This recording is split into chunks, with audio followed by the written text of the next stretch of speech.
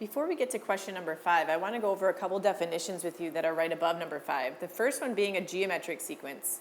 A geometric sequence is a sequence that can be identified by a common ratio between consecutive terms. And when we talk about common ratio, what we're thinking about is that we are multiplying by the same number each time. So let's write that down. Multiply by the same number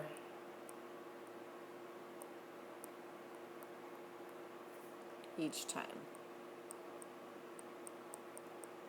So when we think about common ratio, when we think about a geometric sequence, it's multiplying by the same number each time. And that's what's happening in this task when we were counting those dots just above.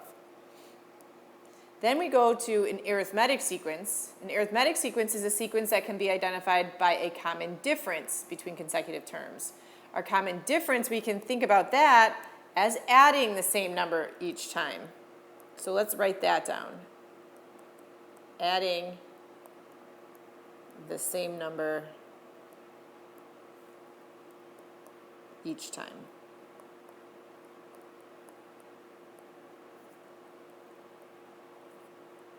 And we talked about arithmetic sequences in our last task. So now if we get to question number 5, question number 5 says, decide whether the functions below are arithmetic or geometric, then list the common difference or common ratio. So let's take a look at letter A here. Letter A says f of x equals 5 plus 3x. So what's happening here is we're starting with a 5, that's kind of our first term, and then we're adding 3 x amount of times. Because we're adding that 3 x amount of times, adding the same number each time would be arithmetic. So this answer would be an arithmetic sequence.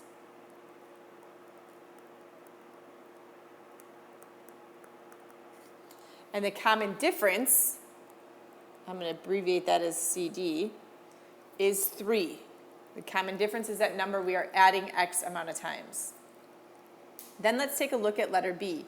Letter B says g of t equals g of t minus 1 plus 2, and g of 0 is equal to 4. This is written recursively, where letter A was written explicitly. So this tells us that we're taking our previous term and we're adding 2 every single time. So if we're adding 2 every single time, that is going to be an arithmetic sequence. So letter B is also arithmetic.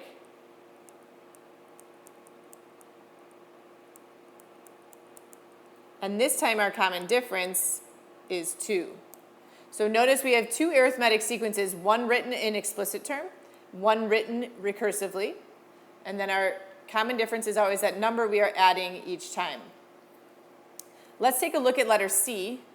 C says d of n is equal to d of n minus 1 times 4, and d of 0 is equal to 6. So again, this is a recursive formula, but instead of adding 2 like we did in part B, this time we are multiplying by the same number each time. Multiplying by the same number each time would give us a geometric sequence. So this one is going to be our geometric sequence.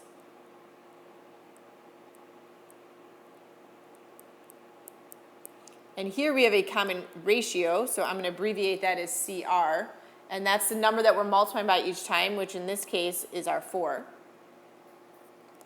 And then the last one, letter D, says P of V is equal to 5 times 7 raised to the V.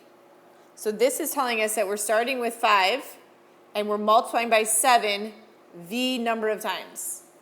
So since we're multiplying by 7 every single time, that gives us a geometric sequence.